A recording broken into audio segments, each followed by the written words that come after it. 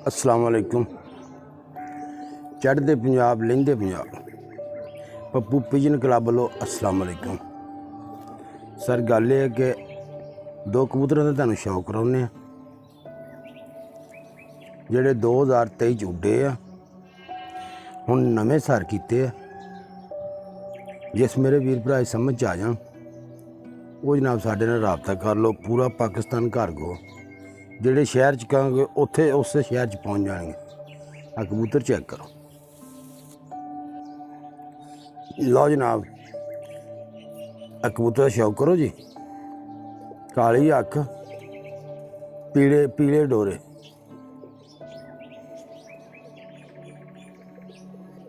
आ दूसरी अख का शौक करो। बहुत ज़्यादा प्रवादी कबूतर है। आप पार कुंदे का शौक करो।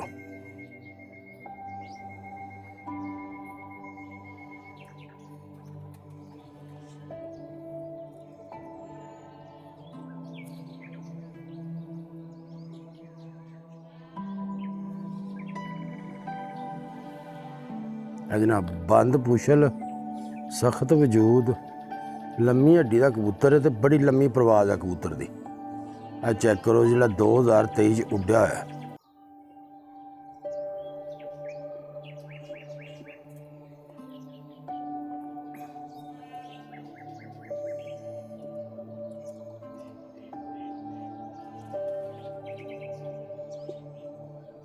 लो जी ये दूसरा कबूतर है।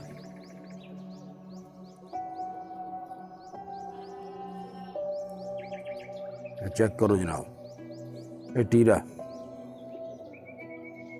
जो 2023 उड्डया। देखो नवा सर होया कबूतर।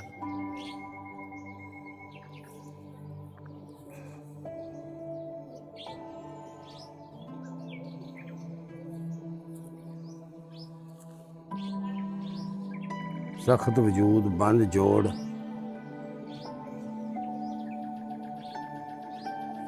आ पंजियां का शौक करो। खुश्क पंजियां का कबूतर है जनाब।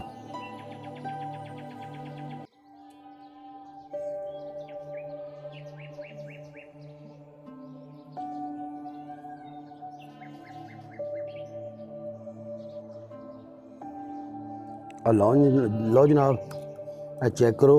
आ पहला जानवर है ठीक है। आ दूसरा जानवर है जनाब ठीक है। जे किसी वीर भरा समझ आ जान वो साडे नाल राबता कर लो ठीक है। जे किसी वीर भरा समझ आ जाए वो राबता कर लें। पूरा पाकिस्तान घर गो जेड़े शहर च कहोगे उस शहर च पहुँचा देंगे। अगर साडी वीडियो अच्छी लगे सब्सक्राइब लाइक ज़रूर कर छड्या करो। मेहरबानी जनाब। अल्लाह हाफिज़। लव यू हो गया जी।